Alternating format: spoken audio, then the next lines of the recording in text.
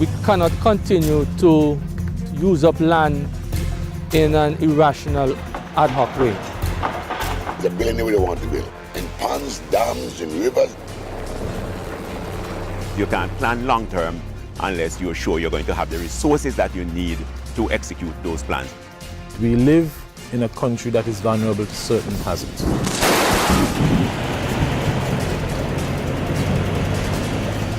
Somebody somewhere must wake up and realize that is bad for development.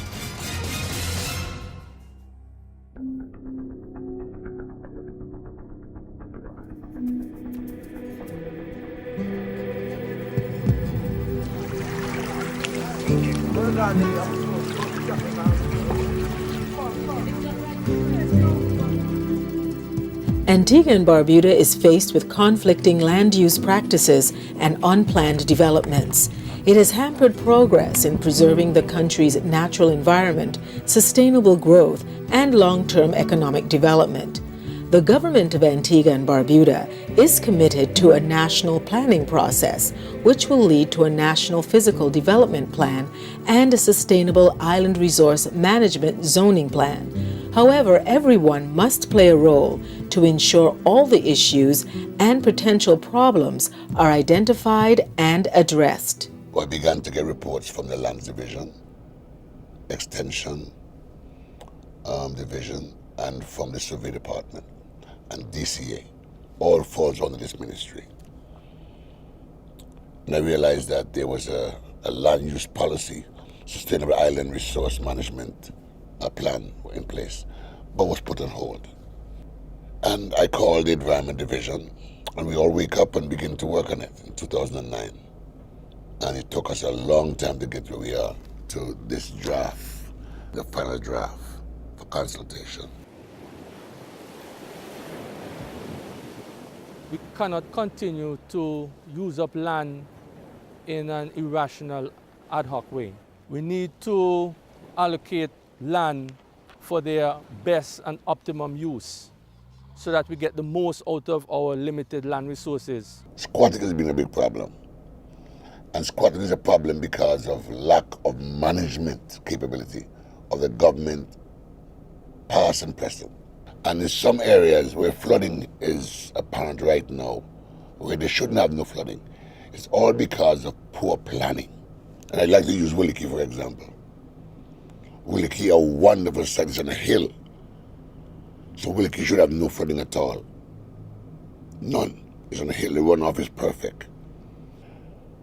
They built anywhere. In ponds, dams, in rivers, they build anywhere they want to build. Like the Wild Wild West. In Jennings, in All Saints, in several areas around the country, where persons build as they like. One of the problems I have is that the government of Antigua owns perhaps more than 60% of the land mass. And the history shows, and I'm taking in all governments in the past, they are the biggest culprit in relation to any development. We see more and more lands which were formerly under agriculture are being used for other purposes, and it is a serious concern to us in agriculture.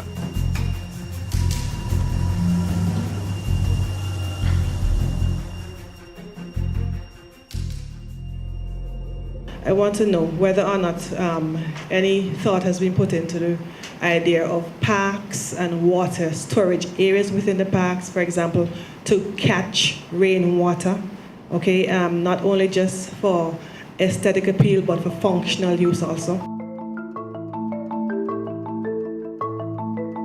Let's take some low-lying areas. Whether the land was sold by government or private entity, homeowners, in my view, do not take ownership of the fact that we live in a country that is vulnerable to certain hazards.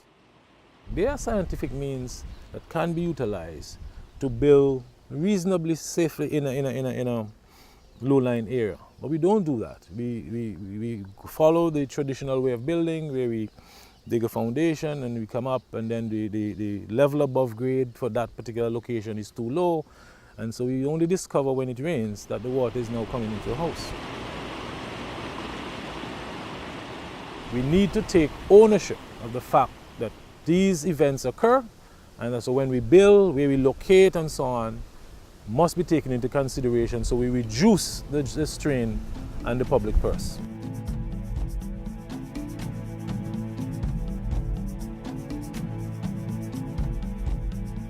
Subdivision of land for residential use has been too sparse. You have a few houses in a large area.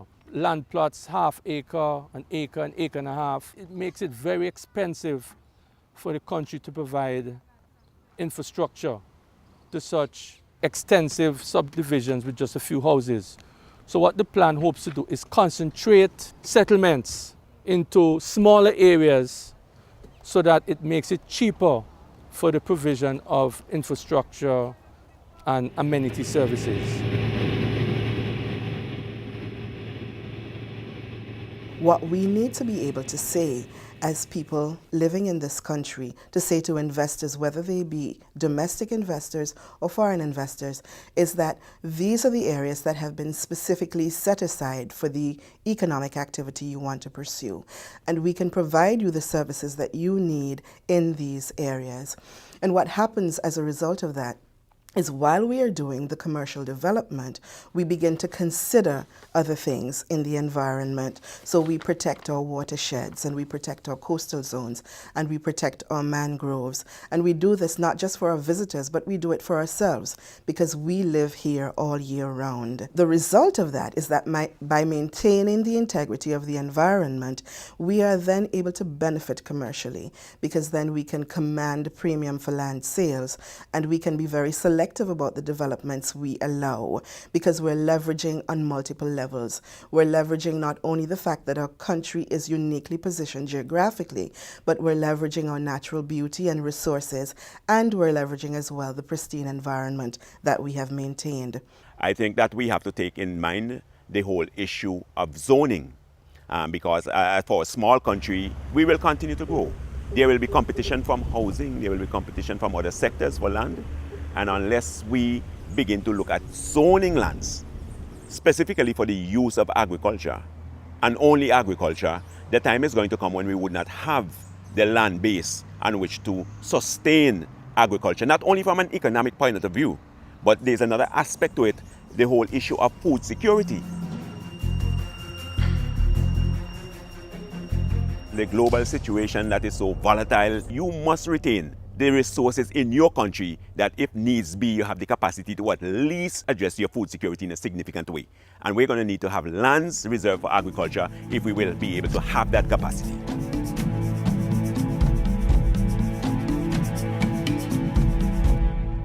In terms of zoning, we should consider energy production zones such as wind farms, production of algae, eco-friendly fuel products, biogas, etc. I would love to see an area put aside for that in our zoning plans. One of my own personal pet peeves is legislation for antennae of,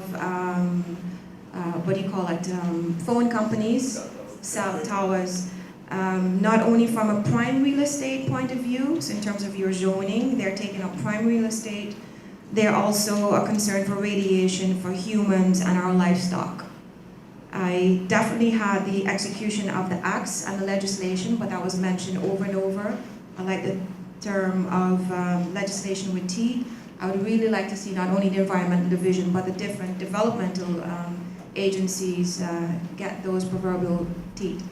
The proposal tonight is led by It's actually very important as a nation that we not conclude that a national physical development plan matters only to environmentalists or politicians or technicians. It's important to everybody who lives in Antigua and Barbuda, all of us as citizens and residents of this country, because what the plan does is to define the Antigua and Barbuda that we want to live in tomorrow, and it tells us what we need to do today to make sure that reality becomes true. And so what we're doing when we craft a national physical development plan is strategically and systematically structuring the nation we want to bequeath to our children and all the generations that come after us.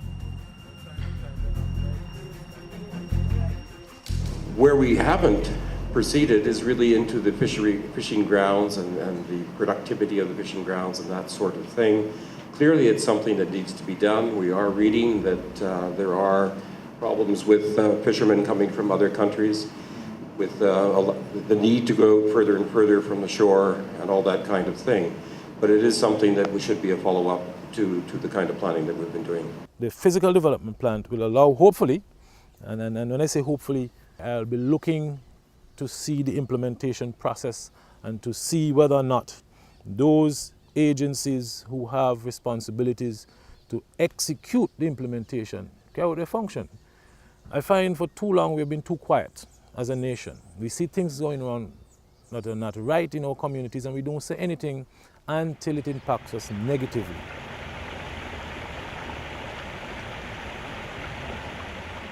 A physical development plan is a very critical part of an overall development strategy for agriculture in the long term. It's equally important in designing the softer areas of our lives, what we may consider intangibles. It will remind us that we need to have green spaces. It will remind us that we need to have parks for our children. It will remind us that we need to create oases of beauty where we can enjoy and where our flora and fauna can flourish and thrive. It will remind our young people of what earth and grass feels like and how the environment is important to our overall well-being. And hopefully together we will build an Antigua and Barbuda that is not only economically progressive, but it's also connected and structured and balanced.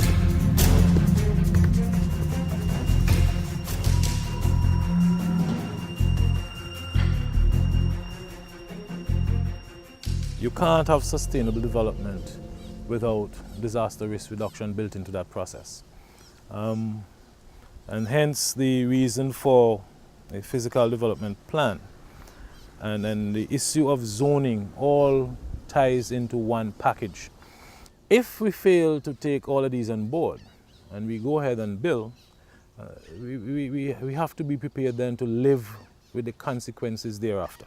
As a country, we rely heavily on foreign direct investment to drive our economic activity. And historically, that has been in the tourism sector primarily. And sometimes in our enthusiasm to expand the sector, we have allowed developments in ecologically sensitive areas. The result of that has been that not only the physical site has been compromised, but the business venture itself, its viability is threatened, it's undermined. And so we know that clearly going forward, we don't want to replicate these kinds of experiences. Somebody somewhere must wake up and realize that that is bad for development. And the new development that we're doing in the ministry now, we're being very cautious. APA, Public Works, must be a part of that. The Town and Country Planner, DCA, Survey Department, and the Lands Division, Environment, CBH, must come together and design the development based on the topography of the area, while APA determine the cost of infrastructure and Public Works determine the cost of roads. And based on those information, you can set the price for your land. See, if government subsidizes some of the development, we know it up front. That's what this will do to us.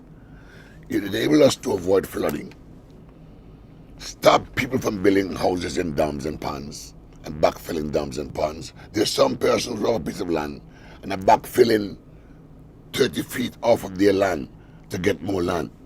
And what they do, they're closing in the waterway. So when the rain comes, it floods them.